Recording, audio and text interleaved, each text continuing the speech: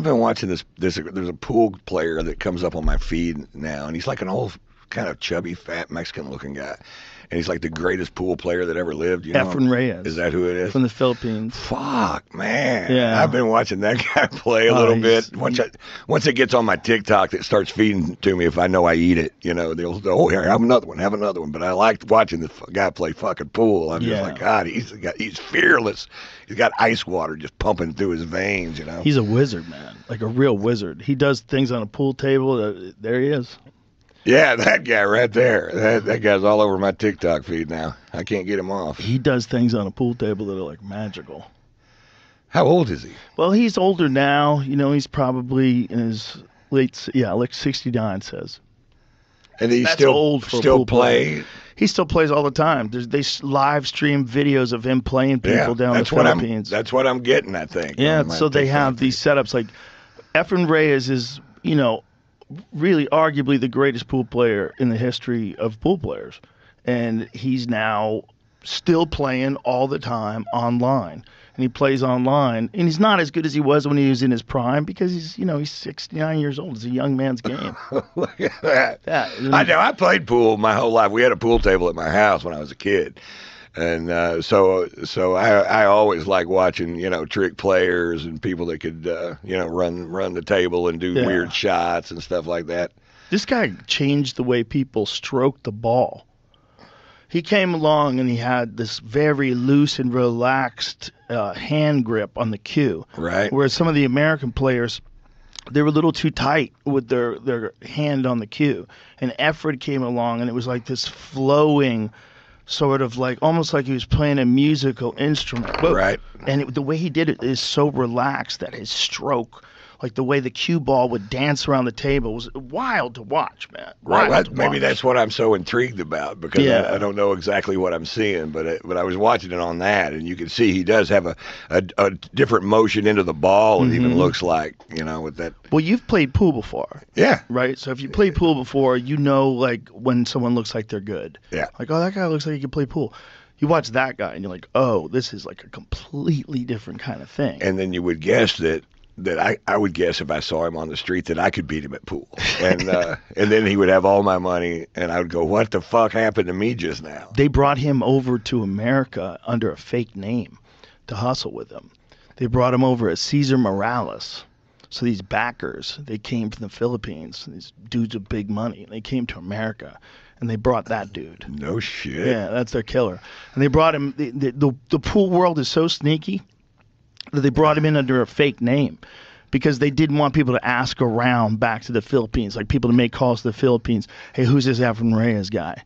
And then everybody would just say, oh, he's the best. He's the best. So instead, they just came up with a name, Cesar Morales. And he won this giant tournament as Cesar Morales. It's like a famous. No shit. Yeah, I have it on a T-shirt. That Morales stuns field at Reds. So they just bring him in to like the biggest pool tournament in the country. And this guy's just robbing everybody. Just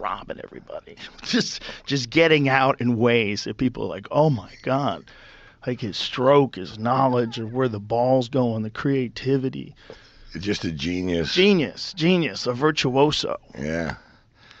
Well, I actually knew nothing about him except my phone figured out that I liked watching him. Right, but you can still tell. Yeah. You can still, even though you don't play a lot of pool, you look at that, you can tell. You're like, wow, that's wild. Yeah, I never played a lot of pool. I was never good. I never had a good eye for the game. I played a lot so I could play. I could beat my friends. Yeah. But if somebody came in, it was like ping pong. I beat the guys on my block pretty bad. But if somebody came in that was a player, they could just push me around and shove me out of the door. I've had a couple fun opportunities to play like real pros here, like this guy Fedor Gorst. He's probably number 2 or number 3 in the world.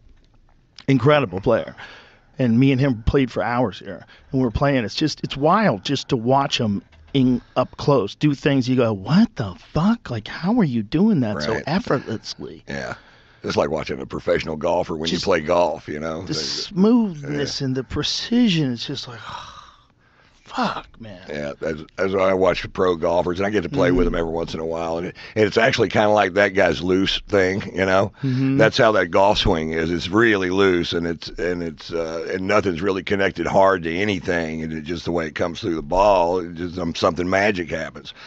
Yeah, I'm trying to strangle the club and beat it to death, and it doesn't work at all. And I'm writing a book right now, 50 years of bad golf, how I did it. And I had a plan to do it this bad for so long.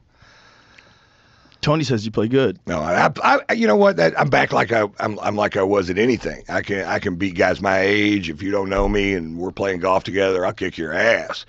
But am I a player? No, there are guys 10 years older than me that could beat me to death on a golf course. You know, any of those old pro guys that I hook up with every once in a while. Daly can still beat me like a drum, but. Isn't it interesting? It's like there's a control of a game like that. What an extraordinary talent, because it's so variable. There's so many things going on. You literally never do the same thing twice the whole time you play golf your whole life, because something's going to be different about the wind and the way and where you went, the kind of lie you got on the ground, what club you need to get to that, and it's all a game of questions, and you rarely have the answer. Even Ben Hogan, who was arguably the best ball striker ever, said that in an average day of golf he hits 2 shots the way he wanted to exactly. Wow. And the rest of them are close to that, you know, so his misses are really good. So if I hit 1 shot a month that I'll go, that was perfect, and that's about how often I can do it. Everything else is pretty good. It's such a fascinating game. Yeah, you don't have the time. Nope. You don't have the time. Nope, I don't. No. I'm scared of it. Scared I'd love it. You would, but you've always had that position, right? You've always kind of looked at golf. That's what people that want to get into golf, they think about starting. It's a waste of time and money. You need to understand that going into it. More time than you can ever imagine, and you have to settle with how good you want to be, because to be better than that, you got to spend hours and hours. But you can if you want to just rake it around and gamble with your friends, you know, you don't have to practice all that much. I knew quite a few comic buddies that I think lost a little inspiration in their career because they were spending so much time playing golf. Yeah.